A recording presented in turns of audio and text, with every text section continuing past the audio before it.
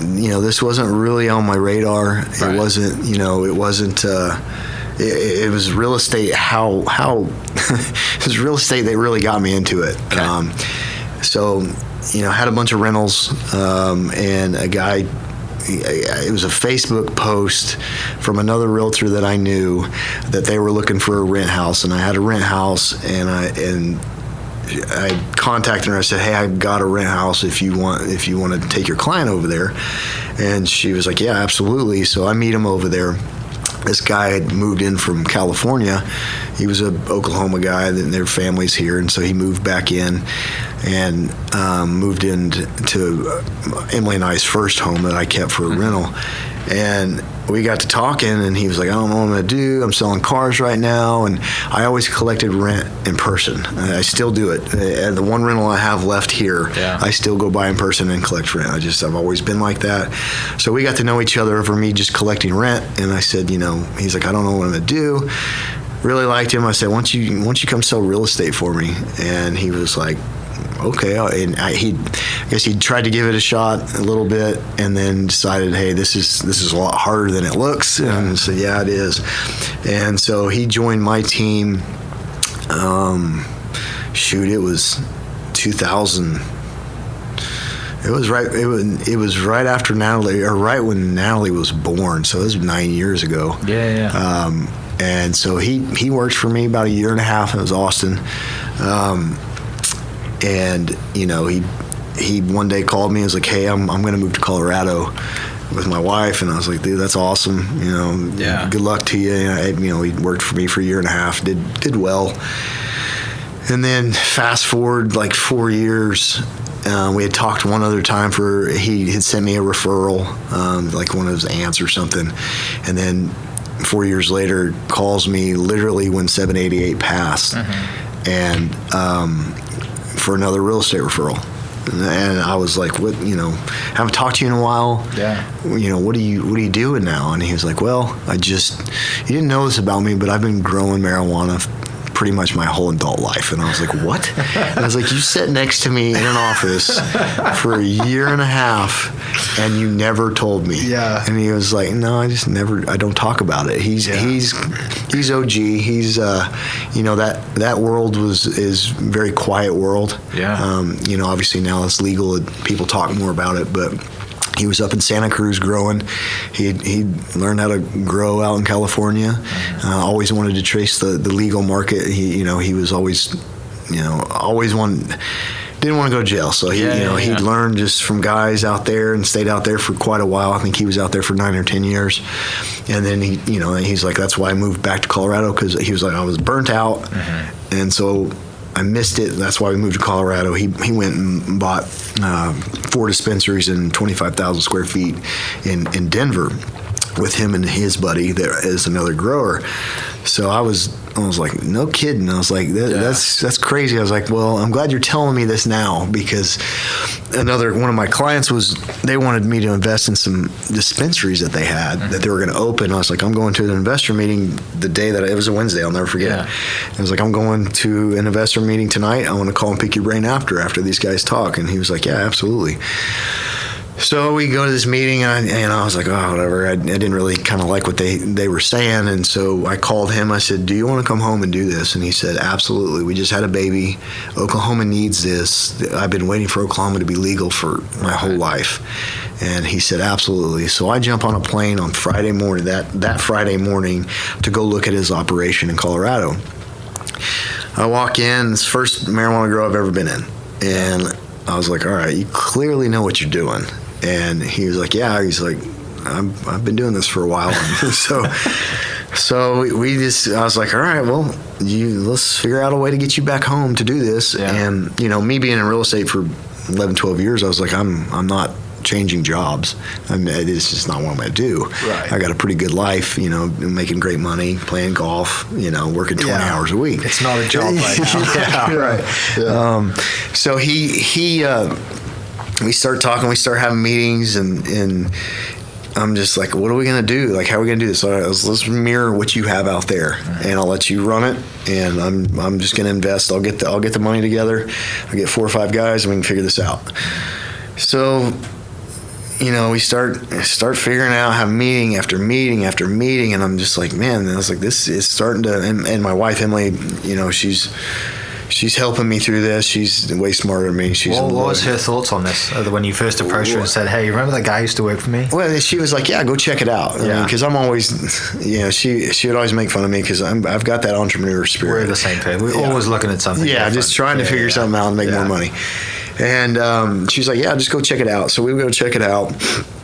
And then fast forward, we're kind of in the middle of this. And then I'm talking to David, my COO. Our kids are in class together, and we're at his son's birthday because that's what we do, and as parents we go to birthdays. So we're talking about, I'm like, hey dude, like we got this cannabis down. He was the VP of operations or VP of franchising for Express Personnel, so I knew he knew franchising. Yeah. So I was talking to him. I was like, hey, when or can we franchise this? And he was like, man, it's federally, it's impossible. It's hard. It's going to be very hard. So not to get into too many details, he had helped set up another company, and we knew they needed a grower, and he was like, hey, I'll connect you guys. So we connected, got a big contract to be their supplier, their main supplier for growing, because they were flipping all their stores. So got to talking, we figured out, hey, why don't you come work for us? You've been at Express for 18 years. I'm like, hey, how much of the business do you want? He's a London School of went to London School of Business, Columbia, smart as a whip, and knows how to start a company to help me. And Austin obviously knew the plant side. David helps me with the business side, and I'm the people, and I kind of put the people facilitating together. Yeah. And so he's like, yeah, let's do it. And so that's why we're sitting in this 85,000 square foot building now. Because we knew we had to go bigger. So start raising the money for it. So you already had the contract at this point. Yeah, we basically had the contract. Yeah, and we're like, through a lot of negotiations, we got this contract. Can't really talk much about it. Well, of course, but at least you have it. Yeah. You know that you have to provide product soon, or you're on a timeline, soon. Right? Yeah, we're on a timeline. We got a date set out for us to get to market. And one of my big investors, Troy Phillips, is he's very, very good friend of mine, and he literally was like, I'll give you this money if you're running this company. And that's when I was like, crap. This now becomes a job. I'm like, all right. So I think I didn't want to happen. So I go home and talk to Emily about it, and I said, he's all in, but he wants me to run the company. He believes in me to be able to do it. And that's where it never dawned on me, like, hey, you need to go do this. Yeah. And he gave me that push to where, I believe in you. I'm going to give you $500,000 to go do this. Yeah. And I'm like, what? I was like, and Emily was like, well, you're too deep now. So, career change when you're, I was 38 years old. Career change at 38 years old. And I'm like, all right, we're going to do this. And then raise the money. And like, I don't know, it took me like a month to raise $7 million, right? Because we were so put together, everybody knew what we were going to do, and that's how it was born. And the team here already had it sampled. People were like, okay, we trust these, this. Yeah, this team. It ended up. I mean, we went through some changes and stuff, but it was David Austin, myself, and Drew, which is my VP of operations. It was us four that really just, all right, we're going to do this. And so we moved in here in November of 18, and just have been rocking and rolling ever since. But it was started 4 guys on skateboards in an empty warehouse. But there's so many, so many crazy stories that go into how we got here, and, and we've been running for a couple years, and we were looking to raise some more money, and we decided that I think we were going to raise like another $4 or $5 million for expansion. So we got to talking to a group, and we ended up selling half the company about 8 or 9 months ago. We had $88 million valuation, sold half of it for $44 million, and which is just nuts. I mean, I'm really look back. I'm still today. Back to talking about $75,000. Yeah, right? and I'm like, oh my God, like, but it's the grind and the team aspect. I mean, literally, Dave and I were in the office. I think it was this morning or it was yesterday. It was this morning. We're kind of restructuring cultivation right now, and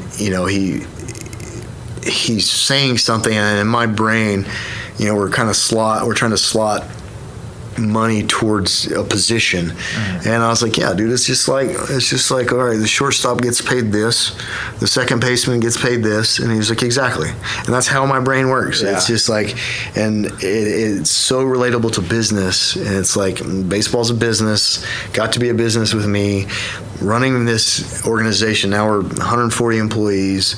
It's a team. It's you got to build this team, and you got to build a good team around you. And we're one of the few, what I've learned in the last 3 years in cannabis that have stuck together. And we literally, we don't have arguments. We're like, we talk about things, but it's wild. It's just wild how still after 3 years we've all changed, and we've had this conversation, and we've all changed as human beings. It's like 3 years is a long time.